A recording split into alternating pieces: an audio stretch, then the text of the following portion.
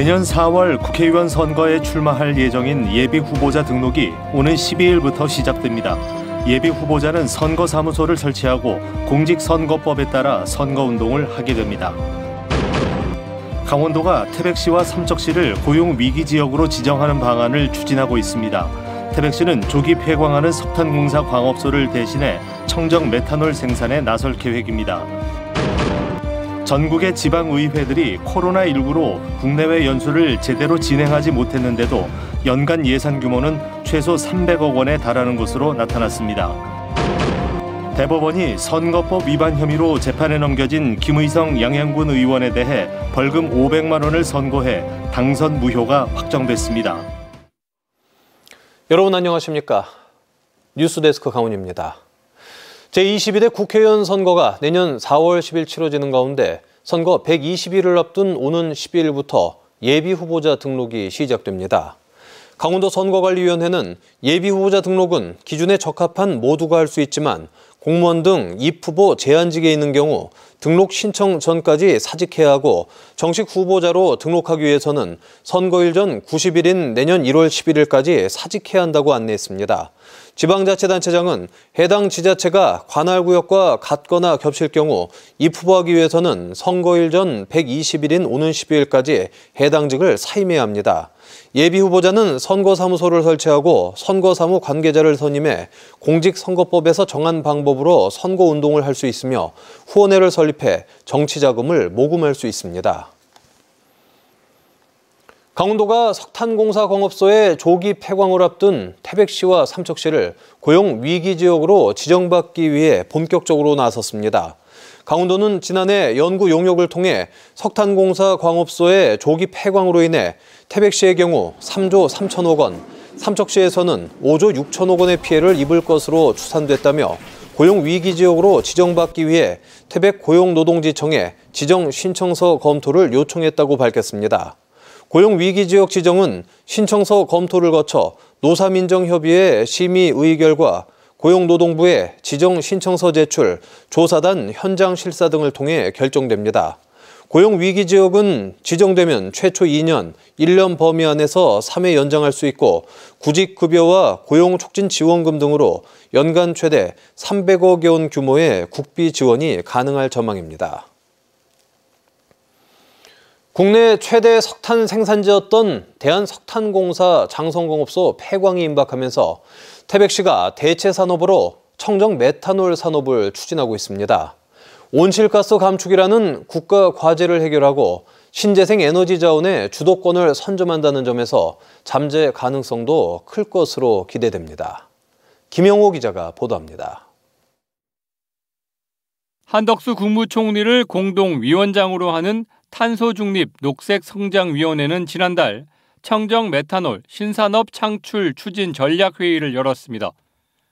국가 온실가스 감축과 녹색 성장을 이끌고 신산업을 창출하는 전략을 논의하면서 폐광지인 태백시를 관련 지자체로 지정했습니다. 태백시는 또 마침 여건이 너무 좋습니다.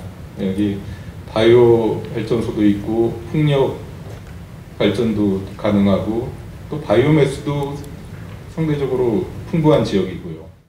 대한석탄공사 장성광업소 폐광에 따른 경제진흥 대체 개발 사업으로 태백시가 청정 메탄올 생산기지 조성을 추진하는 배경입니다.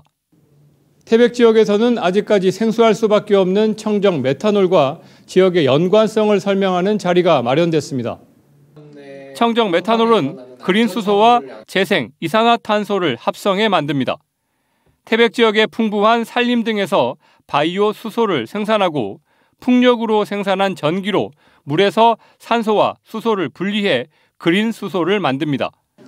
바이오매스 발전소에 CO2를 포집해 재생 탄소원으로 이용하는데 향후 발전소와 철강, 시멘트 산업에서 발생하는 이산화탄소 포집까지로 기술을 활용할 수도 있습니다. 전 세계적으로 청정 메탄올이 이제 생산을 시작하기 위해서 올해 착공을 5월 달에 유럽에 2군데가 착공을 했고요. 저희가 착공을 하면 전 세계 3번째, 한국에서 첫 번째로 착공한다고 보시면 됩니다. 청정 메탄올은 항운, 해운 산업의 친환경 선박 연료로 공급되는데 전 세계적으로 선박 탄소 배출 규제 시행이 가까워짐에 따라 수요는 넘치는 상황입니다. 선박 하나만 볼 것들이 아니라 전체적으로 운행하는 이 해양에서의 어떻게 공급망을 구축하는지 이제 이 부분이 어찌 보면은 가장 핵심 부분이고. 국내 청정 메탄올 수요는 연간 50만 톤으로 예상되는데 태백 지역에서는 국내 최초로 2027년부터 연간 2만 2천 톤을 생산하면서 생산 규모를 10만 톤으로 확대할 계획입니다. 국가적 탄소 배출 정책으로 추진되는 만큼 국가 기관 연료였던 석탄을 대체한다는 점에서 폐광 대체 산업으로서 청정 메탄올 산업에 거는 기대가 큽니다. MBC 뉴스 김영호입니다. 선거 과정에서 허위 사실을 유포한 혐의로 재판에 넘겨진 김의성 양양군 의원이 의원직을 상실했습니다. 대법원 2부는 지난해 지방선거 당시 상대 후보를 낙선시키려는 목적으로 허위 사실 등을 유포한 혐의를 받은 김 씨에 대해 벌금 500만 원을 선고한 원심을 확정했습니다. 앞서 김 의원은 1심 선고 결과가 나오자 검찰이 사실관계가 확인되지 않은 사안을 무리하게 기소했다고 주장했지만 이후 2심과 대법원에서 잇따라 원심 판결이 유지됐습니다. 한편 선출직 공직자가 선거와 관련해 공직선거법 위반죄로 벌금 100만 원 이상의 형이 확정되면 당선 무효가 돼 직을 상실하게 됩니다. MBC 강원영동은 최근 기록을 잘 남기지 않는 국내외 연수의 문제점을 여러 차례 보도해드렸는데요. 저희 취재팀이 도내 19개 지방의회가 정보 공개 청구를 해 최근 5년간 국내외 연수 내역을 받았습니다. 비공개로 처리하는 연수 관련 예산 사용 실태가 생각보다 심각했는데 전국의 지방의회가 이렇게 쓰는 예산이 연간 300억 원 넘습니다. 김인성 기자입니다. 취재팀은 도내 19개 지방의회에 최근 5년치 국내외 연수 내역과 예산 사용액 현황 자료를 정보 공개 청구를 해 받았습니다. 그 결과는 놀라웠습니다. 도내에서 가장 많은 연수를 다녀오고 가장 많은 예산을 쓴 곳은 강원특별자치도 의회였습니다. 강원자치도 의회는 2019년 이후 128번의 국내외 연수를 다녀오며 6억 9천여만 원을 썼습니다. 국내 110건에 2억 3천여만 원, 해외 18건에 4억 6천여만 원을 썼는데 국내 연수는 모든 과정이 비공개, 해외 연수는 다녀온 뒤 예산 사용 내역이 비공개로 돼 있습니다. 도내 기초의회 가운데 가장 많은 연수를 다녀온 곳은 춘천시 의회로 국내 88번, 해외 10번을 다녀오며 2억 3천여만 원을 썼습니다. 고성군 의회는 국내 22번, 해외 4번의 연수를 진행하며 2억 6천여만 원을 써 도내 시군의회 가운데 가장 많은 예산을 지출했습니다. 강릉시 의회와 평창군 의회는 10월 말부터 11월 사이에 의원과 의회 사무국 직원 대부분이 함께 국내 연수를 진행해 올해 미처 못 쓴 연수 예산을 소진하고 왔다는 의혹을 사고 있습니다. 코로나19로 3년가량 해외 연수를 가지 못한 도내 의회들은 전체 89번의 해외 연수 가운데 절반이 넘는 50번을 올해 다녀오며 전체 해외 연수 예산의 60% 이상을 올해 사용했습니다. 태백시 의회와 철원군 의회는 올해 해외 연수를 다녀오지 않았습니다.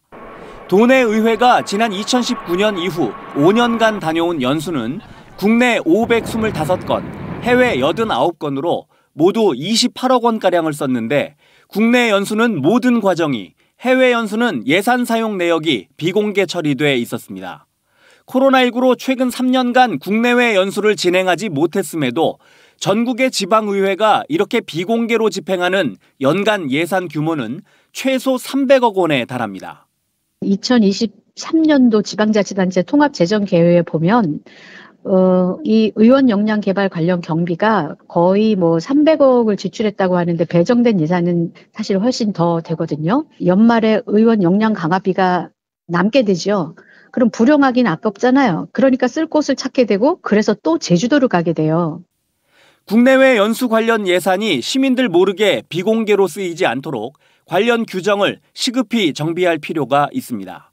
MBC 뉴스 김인성입니다. 장애인은 현관문을 열거나 조명을 켜는 것조차 힘겨운 게 일상인데요. 사물 인터넷과 인공지능이 접목된 스마트홈 기술이 발전을 거듭하면서 장애인의 일상 속 장벽까지 해소하고 있습니다. 이송미 기자가 취재했습니다. 20년 전 사고로 척수장애인이 된 정경환 씨. 일상생활 대부분은 적응했지만 집 밖을 나설 때마다 무거운 문을 여는 게 여간 힘이 들지 않습니다. 그런데 이제는 문이 멈춰 있다가 알아서 닫히기 때문에 팔이 끼일 일이 없습니다. 나갔다가 들어오려고 하면은 바람이 이제 이쪽에서 이쪽으로 부니까 문이 안 닫혀요. 그러니까 들어와서 이제 창문을 닫고서 그다음에 나가서 이제 그러니까 문을 닫고 들어오는데 이제 자동으로 되니까 이제 그렇지 않아도 이제. 손과 발을 모두 쓸 수 없는 장애인은 일상이 더 버겁습니다. 4년 전 사고로 손과 발을 쓸 수 없게 된 오정수 씨. 스위치까지 손이 닿지 않아 텔레비전을 켜놓고 잠을 잤고 현관문은 늘 열어놓아야 했습니다. 가장 불편한 게 이 뭐 하나를 잡을 수도 없고 뭐 아무것도 할 수가 없으니까. 하지만 이제는 침대에서 현관문을 열고 조명을 켤 수 있습니다. 강원도 지역 장애인 보건의료센터와 유관기관들의 협업으로 사물 인터넷이 집안 곳곳에서 맞춤형 서비스를 제공하고 있습니다. 올해 스마트홈 서비스를 받은 강원도 장애인은 지체장애인과 뇌병변 장애인 18명, 개개인의 신체 능력을 고려해 모두 다른 서비스를 받습니다. 집안에 조명과 전자기기, 현관문 제어 장치가 설치됐고 3D 보조기기도 지원받을 수 있습니다. 장애를 갖고 살아갈 수밖에 없는 상황이잖아요. 그러면 이 환경을 변화시켜야 되겠다. 보조기기나 아니면 하는 방법을 바꾼다든지 이런 것들을 좀 적용을 해서 어떻게든 지역사회에서 계속 살아갈 수 있도록. 강원도 장애인은 10만 1000명, 10명 중 4명은 일상생활을 지원해줄 사람조차 없습니다. 스마트홈으로 달라진 건 적지만 독립적인 일상을 꿈꾸게 됐습니다. 여러 가지 제어가 되니까 할 수 있는 게 많아졌으니까 여기 전등도 켜고 문도 열어주고 이것도 켜고 여러 가지 좋아졌어요. 장애인 보건의료센터는 내년부터 스마트홈 서비스 대상을 시청각 장애인까지 확대할 예정입니다. MBC 뉴스 이송미입니다. 지난해 치러진 2023학년도 수능시험 성적 시도별 분석 결과 강원도 학생들 성적이 전국 최하위권으로 나타났습니다. 한국교육과정평가원에 따르면 강원도 학생들의 수학 과목 표준 점수 평균은 92.1로 전국에서 가장 낮았습니다. 국어 점수도 강원도가 93으로 전국 17개 시도 가운데 경남을 제외하고 가장 낮았습니다. 한편 강원도교육청은 올해 치러진 수능 성적표가 내일 학생들에게 전달되면 학교별로 성적을 취합해 전체적인 수능 성적을 자체 분석해 이달 말쯤 발표할 예정입니다. 강원도가 최근 수년째 급감하고 있는 도루묵의 자원 회복 사업을 다시 진행합니다. 강원도는 올해 3억 원을 투입해 강릉과 속초, 고성 등 3개 시군에 도루묵 산란용 모자반을 이식하고 내년에도 서식지 조성 사업을 이어나갈 예정입니다. 한편 도루묵 어획량이 1971년 2만 4천 톤에서 2000년대 들어 1200톤까지 줄자 해양수산부와 강원도는 2006년부터 10여 년간 자원 회복 사업을 진행했습니다. 2023년 지역사회공헌 인정제 인정기관 강원 지역에서는 16개 공공기관과 기업이 선정됐습니다. 선정기관으로는 기초자치단체에서 출자하거나 건립한 강릉관광개발공사, 동해시 시설관리공단, 속초시 시설관리공단, 춘천도시공사 등이 포함됐습니다. 또 한국수산자원공단 동해본부, 한국전력공사 강원본부, 한국광해광업공단과 강원랜드를 비롯해 에너지기업인 한국남동발전, 영동에코발전본부, 삼척블루파워도 명단에 올랐습니다. 보건복지부와 한국사회복지협의회가 주관하는 지역사회공헌 인정제는 지역사회 복지 증진에 공헌하는 활동을 인정해주는 제도입니다. 지난달 20일 정식 취항에 속초항과 러시아 블라디보스토크항을 운항 중인 오리엔탈펄 6호가 동절기 운항 일정을 임시 조정합니다. 운항 일정 임시 조정은 러시아 블라디보스토크항의 겨울철 혹한으로 인한 선박 동파를 예방하기 위한 조치로 조정 기간은 오는 26일부터 내년 2월 14일까지입니다. 주 2항차 가운데 목요일 속초항을 출항해 금요일 블라디보스토크에 입항하는 경우 기존에는 2박 체류 후 일요일에 출항했지만 이번 조정 기간에는 1박 체류 후 토요일에 출항하는 것으로 변경됐습니다. 동해시가 미래 성장 동력을 위한 국도비 신규 사업 29건을 발굴하고 2,400억 원대의 국도비 확보에 나섭니다. 동해시는 인공지능 학습용 데이터 구축, 디지털 타운 조성, 지능형 교통체계 ITS, 스마트 농업 등 4차 산업혁명 사업을 집중 육성하기로 했습니다. 인구 감소와 초고령 사회에 대비하기 위한 수도권 청년 유입 넥스트로컬, 사이버 시민정책, 치매 전담 요양시설 보강 등에도 나섭니다. 아울러 부평산업단지 경쟁력 강화, 저탄소 그린산업단지 조성, 공공임대형 지식산업센터 건립 등도 안정감 있게 계속 추진할 방침입니다. 뉴스데스크 강원을 마칩니다. 고맙습니다.